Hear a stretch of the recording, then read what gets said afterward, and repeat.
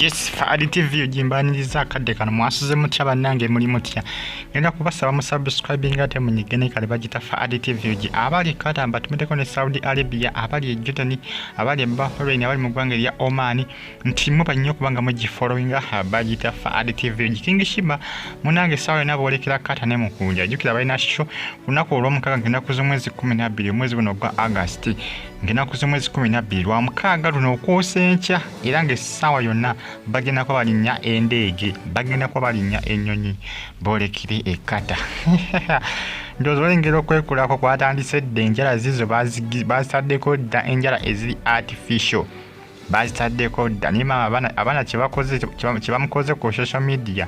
bavumye enjala zinga bagamba nti enjala ziringa nga z'abasezi enjala ziringa nga za mulimira ziringa za bamuwabutwa ekiri ku social media King Sheebah munange yatansidde okubanga yeekolako yeebyula yeteekateeka anti show ya lwa mukaaga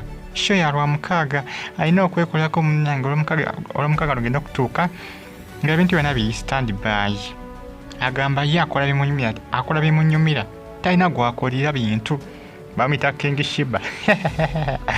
yagamba nti akola bimunyumira talina gwabikolera ye nga ye yabyekolera yagamba nti enjala ajja kuziteekako oba kibalume era ono agambye yeesunze Qatar ne sekwesunga yenna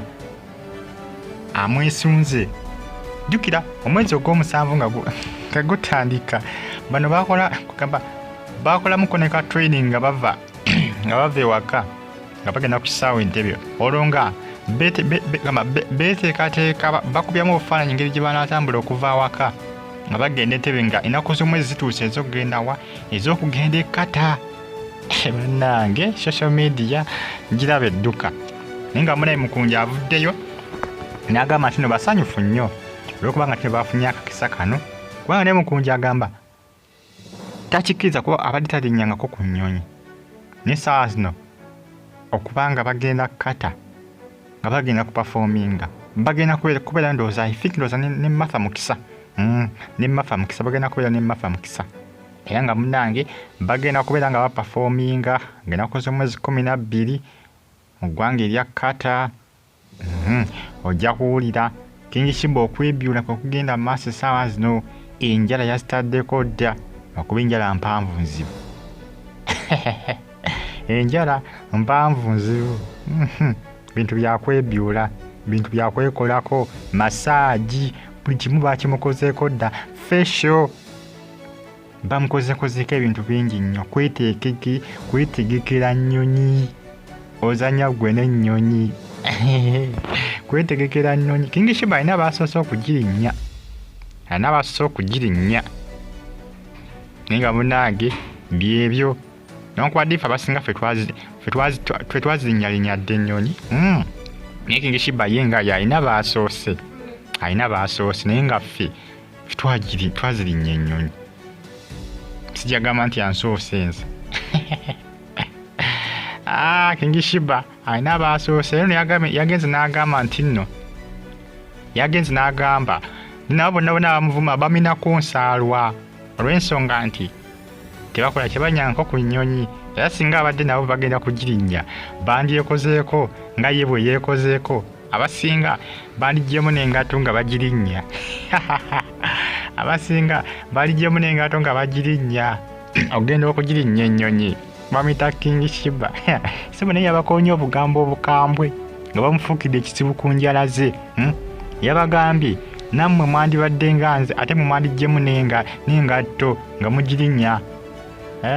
amaalo nga gabasuseeko obungi. Mikwano gyange abali mu ggwanga erya Amerika bannange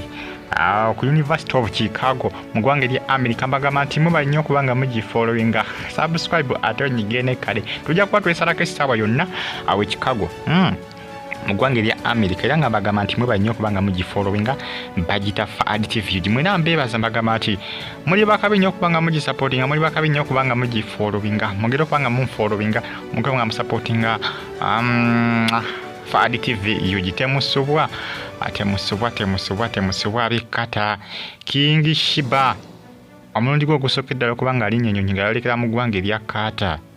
Musanyufu mukazi watu musanyufu mukazi watu musanyufu bitya musanyufu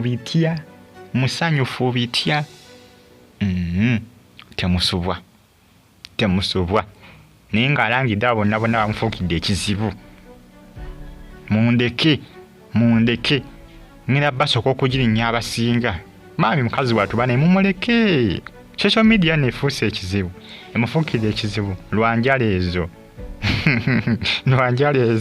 n'okuba neebuuza enjala zino agenda nazo bw'ati bagenda ndowooza kyeka bazitaddeko nga just za temporary si za permanent, just zi temporary bwensuubira ne baba mpanvu nzibu wawo naye nga yabagamye munneesonyiwe